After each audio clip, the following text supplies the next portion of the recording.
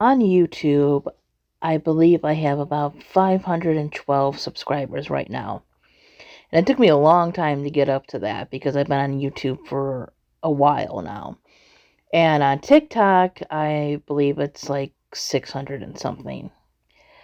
However, the problem is I don't have enough bookish people subscribe to me, right? There are a lot of bookish people subscribed to me, and they all make wonderful content, and I'm glad they're following me because I love their channels and stuff. But it doesn't seem like even my bookish stuff, because I don't do just book stuff on either platform, but it doesn't seem like enough of my book stuff is getting out there. So I'm hoping to reach more bookish people and for my videos to be seen by the bookish people that are following me. Because some of these platforms like to, suppress the smaller creators. Which is BS, but there's not really much you're going to do about it. So I'm hoping if I make more bookish content, because I am kind of lacking somewhat in that I need to get some more out there. I'm hoping it'll reach more fellow readers. And it'll boost the videos for, my subscribers to actually know when I put stuff out. So I thought I would just talk about the books that I read in 2025. So, like last year or the beginning of this year, either sometime like last year or like the beginning of this year, I decided to stop doing wrap ups and go to just individual reviews because I could spend more time on them. So, a lot of these, not all of them, but a lot of these have their own reviews that you can go and watch on my channel. But I thought I'd just kind of do like a little yearly wrap up, kind of recap on what I read and everything. So I'm not going to go into a lot of detail because some stuff I don't remember all the details. Like I love reading, but I don't remember every little detail. Some people can, and that's cool. I can't though. But I remember the main things, the important things, and the stuff that I like. So, um, first one there. Let's see. First one is Earthlings. Now, I read Convenience Store Woman by the same author. I don't want to mispronounce her name, but I think it's Sayaka Murata. Hopefully, I pronounced that name right. Convenience Store Woman was an okay book. I'll probably have to go reread it again because it's been a few years. It's very short, but it wasn't bad. This is very different. Um, Earthlings, it looks like it would be something cute, but it is not. This is a book about a girl that is abused, basically, and her unhealthy ways of coping with things. She believes that she basically is from another planet, and some other dark and disturbing things go on. I would say check trigger warnings for this. This is probably one of the more extreme things that I read. Like, I don't do gross gore kind of stuff, so this was kind of pushing the limit, but there was other things going on too. But like I said, yeah, just it's a good book, but make sure you're in the right headspace to read that. Then we have, see, this isn't all in order, but that's okay because this was from Storygraph, and I didn't put everything in order because I just kind of put stuff in a little bit later after I read it. So it's not in the same order as Goodreads. They're all the same books, just not in the same order. So the next one is Freak the Mighty. I found this one when I was living in California. We were living in a shelter, and my son was going to like this school program, and they had these stacks of books. And I thought the premise sounded interesting. I like books that are full of, I guess you would say, thoughts, emotions, questions about life, that kind of thing, Some of the coming of age stories about life, those slice of life kind of things.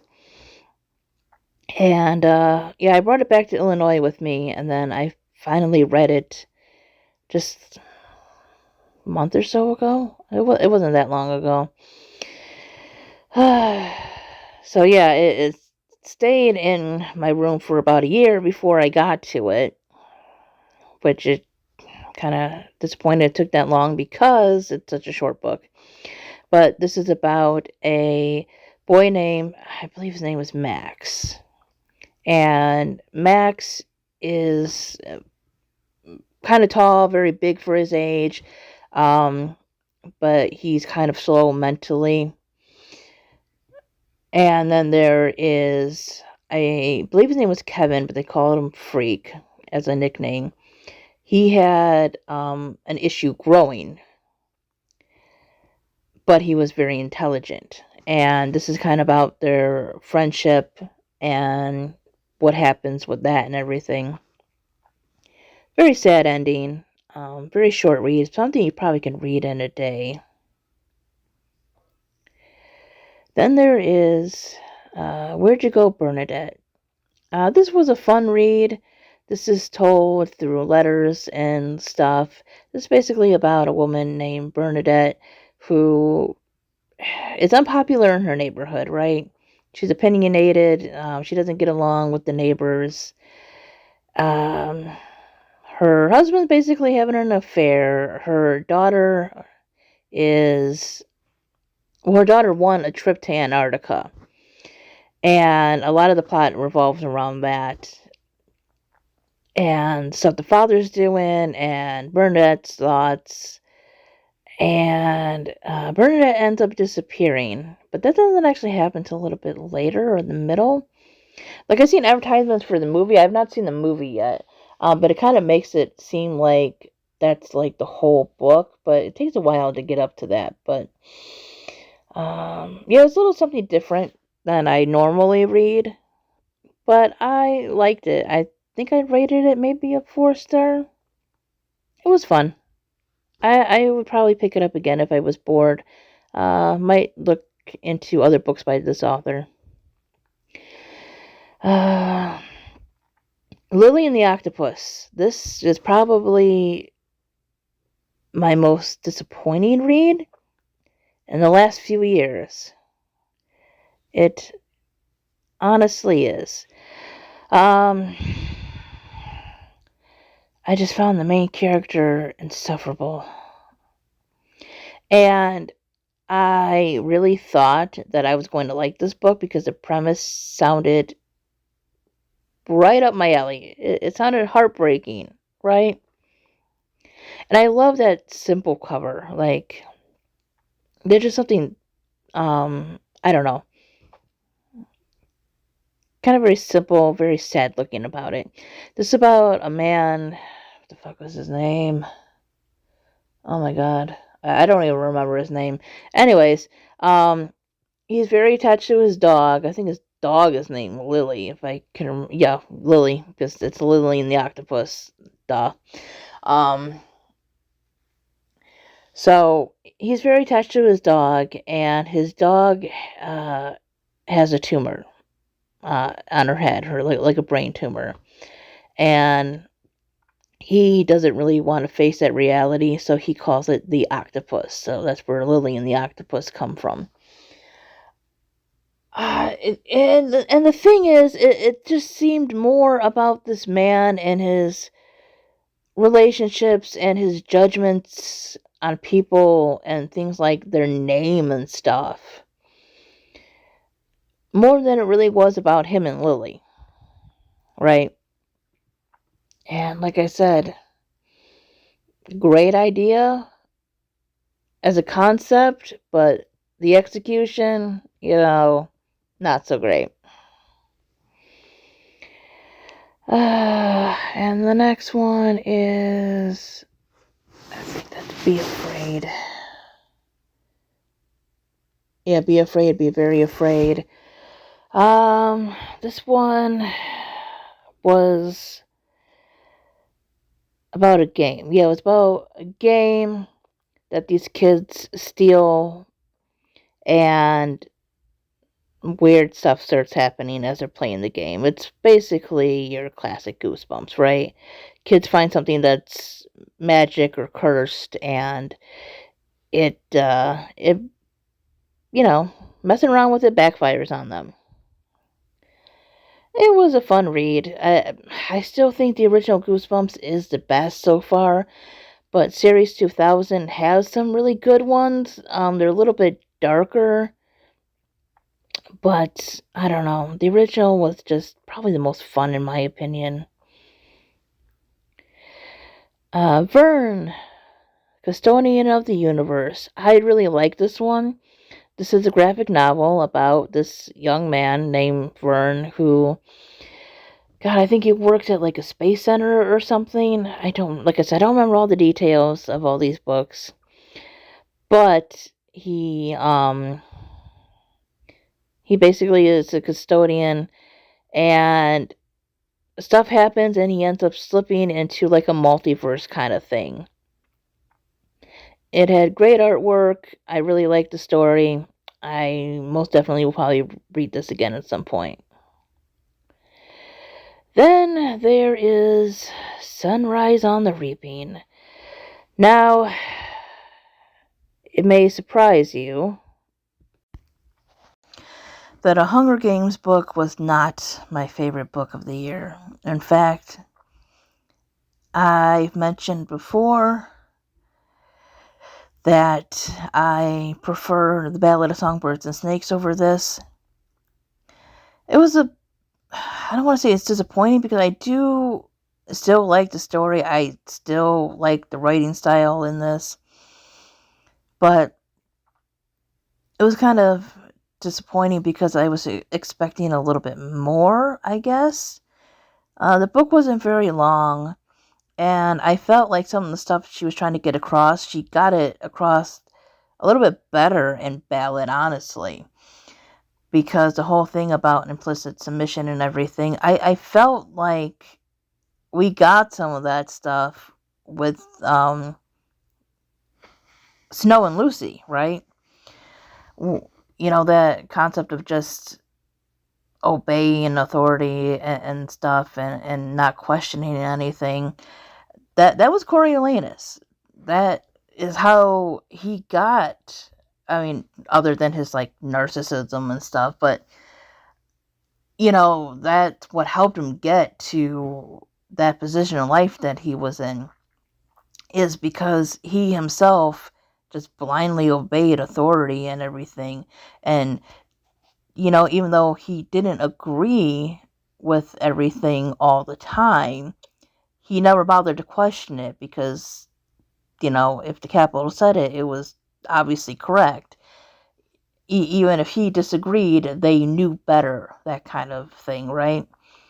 And then he continued on that cycle. And then there, of course, is Lucy questioning all that and, trying to get him to question goes around, or what's going on around him. I just felt it was, like I said, it came across better in Ballad. I felt like some stuff in Sunrise on the Reaping was just kind of repeated in some ways and just kind of put together. It's still a good book. I'm still going to own it at some point. But for a book that, one, has my favorite color on the cover, and two, is about one of my favorite characters, a lot of people's favorite character, it wasn't the best out of the series.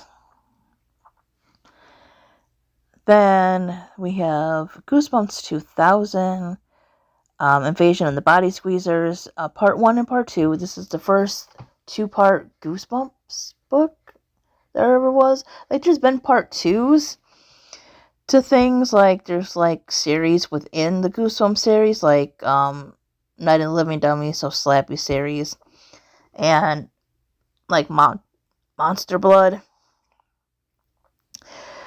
But this is the first one where the book kind of ended, where it's supposed to continue into the next book. Is that a cliffhanger? I think it's kind of considered that, right? So it doesn't have a complete ending. You have to read the next book to continue on the series. And this is basically about a boy who suspects his neighbor is an alien, and then there are these, like, alien creatures who basically take over by, like, squeezing into you and stuff. So, each book was kind of short. Doesn't take too long to read. It moved at a good pace. I think some people didn't like it, but I thought it was okay. Like, I didn't hate it. Then there is The Invisible Life of Addie LaRue. I like the concept of this book. I thought the writing was interesting. But honestly, for as long as it was, I felt there could have been more going on. I just felt that if you're gonna live over 100 years, you probably could have seen more in the world. Like, I know it's mentioned and everything, but I would have liked a little bit more detail. It really seemed to be more focused on Adeline and Luke and her being depressed about being immortal and everything, which I get, but there's got to be more going on, right? I think I still rated it like a 4-star. It's a good read. But yeah, I wish we would have seen more of her experiences. Like I said, I know some of it was in there. It's just that it didn't stick out like some of the other stuff because it just seems so brief compared to some other things. But I definitely will read more from V.E. Schwab. Because, like I said, I like the writing style. I did like the characters, and the concept was interesting. So I'll give some of her other books a chance. Beneath the Trees Where Nobody Sees, another graphic novel. This one, a little bit dark. So these are about anthropomorphic animals. So think Arthur kind of thing, right? But it's definitely not PBS stuff. This is about I think her name is Sam, a woman or a bear, I guess you would say, named Sam, who I think runs a tool shop. And she is a serial killer, right? She goes out of town because she doesn't want to do the stuff she does in her town. She wants to keep that separate. And then somebody in her town is also unaliving people. And she has to figure out what's going on before she gets caught. So, yeah, love the artwork, love the story, but this is definitely not a book for kids. I know people have that idea, that concept that something is drawn or animated, it is for children, and no, many things are not. Ella Enchanted. So this is basically like a Cinderella retelling, and it is about a girl named Ella who is cursed by her fairy godmother to be obedient, right? They give all the babies like gifts, and she is gifted the gift of obedience. And so that means if somebody gives her a direct order, she has to follow it. And this is basically about her trying to overcome that and find her fairy godmother to get rid of that, gift that she gave her. A Spindle Splintered. So this is not exactly a retelling of Sleeping Beauty, but it is about a woman. I think her name was Zinnia, and she has a sickness that she got from an accident, and most people with it do not live beyond 21. And she's celebrating her 21st birthday. And she's into fairy tales. She really likes Sleeping Beauty. So her best friend, gets her an actual spinning wheel. And she pricks her finger on it, as a joke, because that's the whole point. And she ends up going into, I guess you would call it like a different dimension, where she meets like a Sleeping Beauty type of princess. And it's basically about her trying to just figure out life and helping out this princess, and trying to shape your own destiny, I guess you would say. It's very short. It's worth the read. I do recommend it. The Occult book. This is just a basic overview of different like spiritualities, especially like pagan type religions. So I think this is the only one that's not like I think that's the only nonfiction I had of this year. Not something that went into super detail, but it is a good book if you want just a short overview of those kind of things. Scare School. This is middle grade. Not exactly comic, but it has like a lot of comic page like type things. And it's basically about a ghost that is trying to learn how to be a ghost properly. It's a cute book, a very short read. If you like spooky stuff and, you don't want to read something that's like horror or anything, I think this is a good one. House of Shivers, Say My Name, Say My Name. This book was so confusing. These kids, I think they go into like, is it a swamp or a pool or pond? And when they return home, things aren't the same. Like the people, their house, other people live there, and some other things. And I don't remember too much about this one. I think most people who've read this are confused by it, and it seems not to be a very popular one.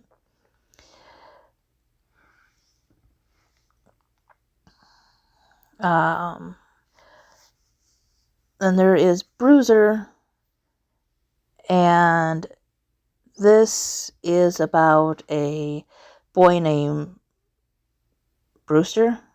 Yeah, Brewster. And he has the ability to absorb other people's pain.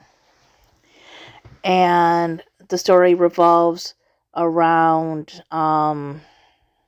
two siblings named Tennyson and Bronte, who befriend Bruiser.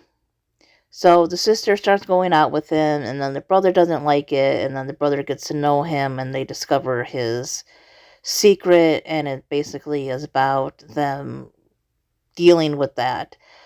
I really like this one. This is, I think, the fourth book that I read by Neil Shusterman. I think that's how you say it, Shusterman. Because I read the first Unwind book.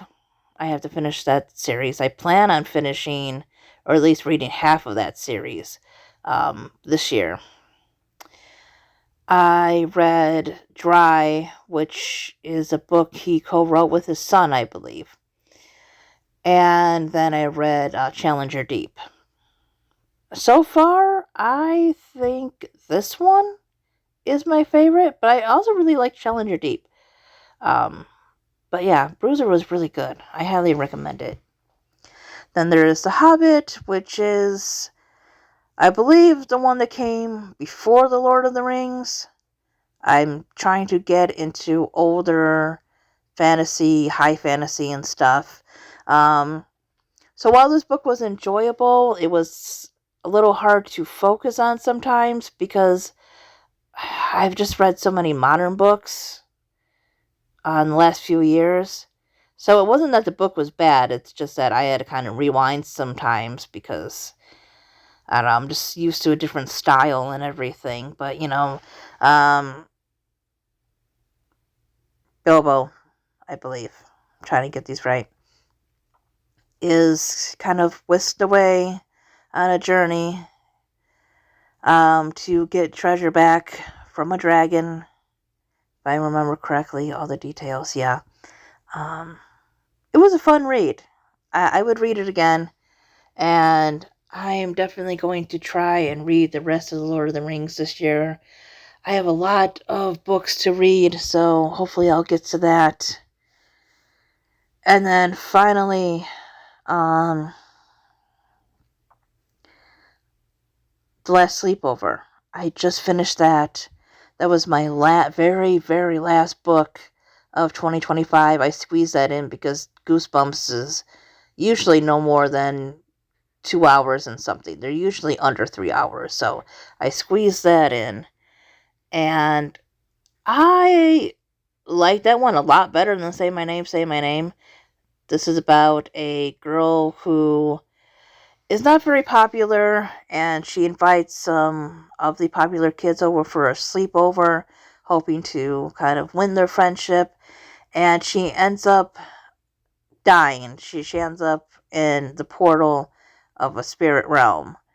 And years later, another family moves into the house, and she doesn't like that, and she's trying to drive them away. So, yeah, that is what I read in 2025. So, a few of these are from my list. That is the 40 Before 40. So, Earthlings, Lily and the Octopus, The Invisible Life of Addie LaRue, Ella Enchanted, The Hobbit, and Bruiser were all on there. So I read 6. Let me see.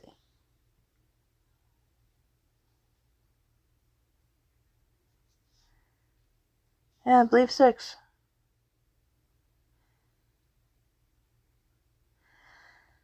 Huh.